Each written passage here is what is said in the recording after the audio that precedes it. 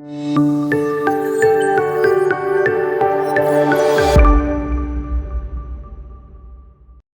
ఇప్పుడు మనం IT companies అలాగే ఫార్మా కంపెనీస్ చూసుకుంటే వాళ్ళకి హెల్త్ ఇన్సూరెన్స్ అనేవి ప్రైవేట్ కంపెనీస్ అవి ఇస్తూ ఉంటాయి. అయితే ప్రైవేట్ కంపెనీ నుంచి వచ్చే హెల్త్ ఇన్సూరెన్స్ సరిపోతుందంటారా? లేదా ఇంకేదైనా ఎక్స్‌ట్రా మనకు కావాల్సిందంటారా? యాక్చువల్‌గానండి మాకు ఈ 20 ఇయర్స్ నుంచి ఈ ఫీల్డ్‌లో ఉన్నాము. చాలా మందికి మనం ఇన్సూరెన్స్ ఇస్తున్నాము. లైక్ బిజినెస్ పీపుల్‌కి ఇస్తున్నాము ఇన్సూరెన్స్. అట్లాగే సాఫ్ట్‌వేర్ ఇంజినీర్స్‌కి ఇస్తున్నాము. వాళ్ళకి సూట్ అయిన ప్రొడక్ట్ ఏదైతే ఉంటుందో అలాంటి పాలసీస్ మనం ఇస్తున్నాం. ఆల్రెడీ చూడండి కొంతమందికి క్యాన్సర్ వచ్చేసింది. క్యాన్సర్ వచ్చేసిన వాళ్ళకి కూడా మనం క్యాన్సర్ పాలసీ ఇవ్వచ్చు. ఆల్రెడీ చూడండి కొంతమందికి హార్ట్ ఆపరేషన్ అయి ఉంటుంది. బైపాస్ సర్జరీ అయితే ఆ బైపాస్ సర్జరీ అయిన వాళ్ళకి కూడా మనం పాలసీ ఇవ్వచ్చు, హెల్త్ పాలసీ ఇవ్వచ్చు. దానికి సంబంధించి కార్డియాక్ పాలసీ ఉంది. సో ఉమెన్కి సపరేట్గా ఉమెన్ కేర్ పాలసీ ఉంది. సో ఇట్లాంటి పాలసీస్ అన్ని చాలా మెనీ పాలసీస్ అవైలబిలిటీలో ఉన్నాయి. సో ఎవరికి సూట్ అవుతుందో మనం వాళ్ళకి చెప్పి మనం ఈ పాలసీ ఇవ్వచ్చు. ఇప్పుడు చూడండి నిన్ననే నాకు ఒక కాల్ వచ్చింది. సో ఒక 7 years బ్యాక్ నేను ఒక బిజినెస్ మ్యాన్కి నేను ఒక పాలసీ ఇచ్చాను. ఆ రోజు చెప్పాను కొంచెం మంచి సమ్ అష్యూర్డ్ తీసుకుంటే బాగుంటుంది అండి అని. కానీ అతను ఏమన్నారంటే నాకు సరిపోదండి, నాకు వచ్చే ఆదాయం చాలా తక్కువ, నేను అంతకన్నా ఎఫర్ట్ చేయలేను అని 5 lakhs పాలసీ తీసుకున్నారు.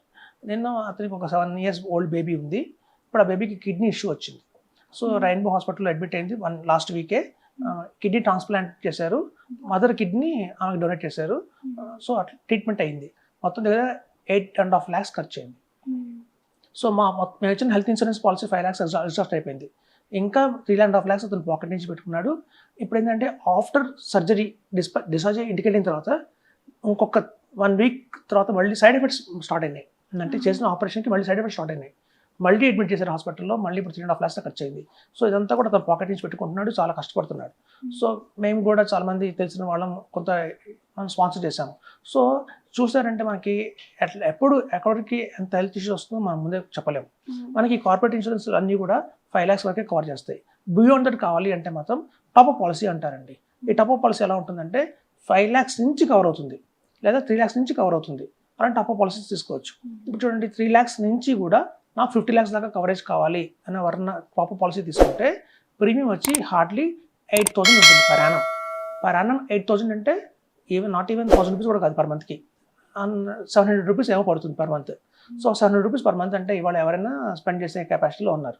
సో కనుక అట్లాంటి టాప్అప్ పాలసీస్ తీసి పెట్టుకుంటే కనుక ఇట్లాంటి ఏమైనా ఎమర్జెన్సీ వచ్చినప్పుడు బియాండ్ దట్ మన కార్పొరేట్ ఇచ్చే పాలసీ సమస్యలు కాకుండా బియాండ్ దట్ ఎంత ఎక్స్పెన్స్ అయినా కూడా మనం ఈ పాలసీ నుంచి పొందొచ్చు. అలాగే మన సెక్షన్ 80D కింద ఇన్కమ్ ట్యాక్స్ బెనిఫిట్ కూడా వస్తుంది.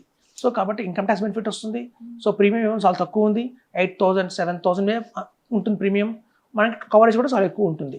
సో ఫస్ట్ ఇనిషియల్గా మన కంపెనీ ఇచ్చే పాలసీ వాడుకుంటాము. దాని లిమిట్ దాటిపోయింది అంటే మాత్రం అప్పుడు ఈ పాలసీని మనం టాప్అప్ పాలసీ హెల్ప్ అవుతుంది. మనకి 15 lakhs 20 lakhs 25 lakhs even 1 crore కూడా తీసుకోవచ్చు.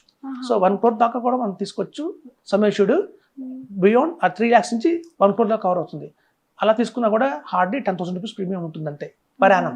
సో చాలా తక్కువ ప్రీమియము, ఎక్కువ కవరేజ్. కాబట్టి ఎప్పుడైతే మనకి ఇట్లాంటి క్లయింట్స్ తగులుతారో మనకి క్లయింట్స్ మనకి ఇలా తెలుస్తుంది, న్యూస్ వచ్చింది ఇట్లా పరిస్థితి బాగాలేకో, అప్పుడు మిగతా క్లయింట్స్ కూడా మనం చెప్పాలనిపిస్తుంది. అది ఒక మనిషి సఫర్ అయ్యారు, ఎప్పుడైతే మనం హెల్ప్ చేయలేము.